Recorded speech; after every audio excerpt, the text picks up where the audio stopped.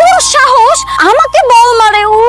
Sorry madam, আপনার ওইখানে বেকায়দা বলটা লেগে গেছে। আমি ইচ্ছে করে মারিনি, আমি সত্যি দুঃখিত। তুই ইচ্ছে করে মারিসনি মানে? না হলে আমার ওই জায়গায় কেন লাগবে বলটা?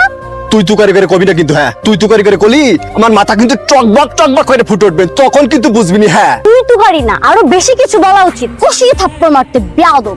এই সেমরি, এই তুই তো দেখছি মহিলা রংবাজ। এই তুই কিসের জন্য থাপ্পড় মারবি? আমার থাপ্পড় মানে অত সোজা না, বুঝলি? তুই আমার গ্রামে এসে তুই সেমরি কিন্তু বেশি বাড়াবাড়ি করছিস। কি তুই আমাকে ছেমড়ি বললি? এই আমি কি ছেমড়ি? তোর তো দেখা তো মনে হয় না তুই স্যামড়া, তাহলে সেমরি কব না তো কি কব? তুই তো সেমরি রে, সেমরি। তুই কিন্তু ধৈর্যের বাদ ছাড়িয়ে যাচ্ছিস। তোকে যে আমি কি করব? কি করবি? তোকে আমি তুই মেয়ে মানুষ না হয়ে ছেলে মানুষ হলি এতক্ষণে তোর নাকের বারানটা আমি ফাটিয়ে দিতাম। হ্যাঁ এই সেমরি, এই তোর চেহারা তো খুব সুন্দর, তোর ব্যবহার এত খারাপ কেন? এত জঘন্য। তুই মেয়ে মানুষ বলে আজকে তোকে ছেড়ে দিলাম, যা। তোকে দেখে নিব। দুধটা খায় নি বেটা চুপ।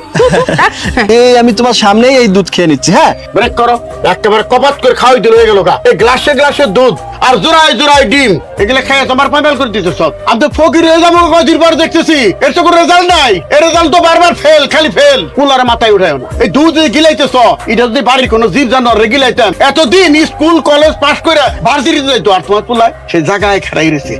কত আশা করছি আমি আলী মেম্বার, নিজে সেরকম লেখাপড়া জানি না, অল্প বিস্তর লেখাপড়া শিখছি। আমার পোলার দেখতে শুনতে ভালো না, দোষ দোষ। আমার এই পোলা যদি বিয়েটা পাশ করে আমার মকসুদটা পূরণ হইব। সে ঘুরে বালি আর হইব না আমার দ্বারাতে। আমি কেউ বুক ফুলে কয়ে পারুম না, আমি গর্বিত বাপ, আমার পোলা বিয়ে পাস, আমি এটা কয়ে পারুম না। এই যে দেখছো অবস্থা, অবস্থা দেখছো, লেখাপড়া বাদ দিয়ে সারাদিন খেলাধুলা, ওই যে বেড়, ওই যে বাকি সময় ফুল বাবু সাইজা ঢং ঢং ঢং ঢং ঢং ঢং করে বেড়াইবো। এই তুমি চুপ করো তো।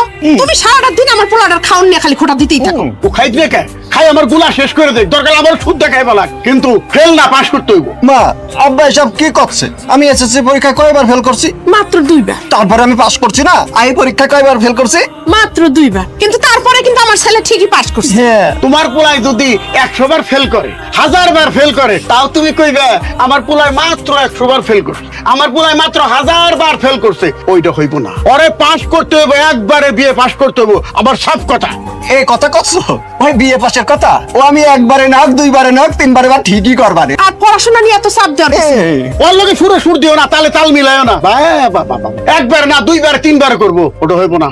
আমি আলী মেম্বার, আমার পোলা লেখাপড়া করে সবাই জানে। আমার পোলার যখন রেজাল্ট বেরিয়েব, তখন আমি পলাই পলাই বেড়াই। কিসের জন্য? ও একবারে কোনোদিন ক্লাস টপকায় বেড়া নাই। এইবার যেমনে করে হোক এক চান্সের বিয়ে পাস করতেই হইব।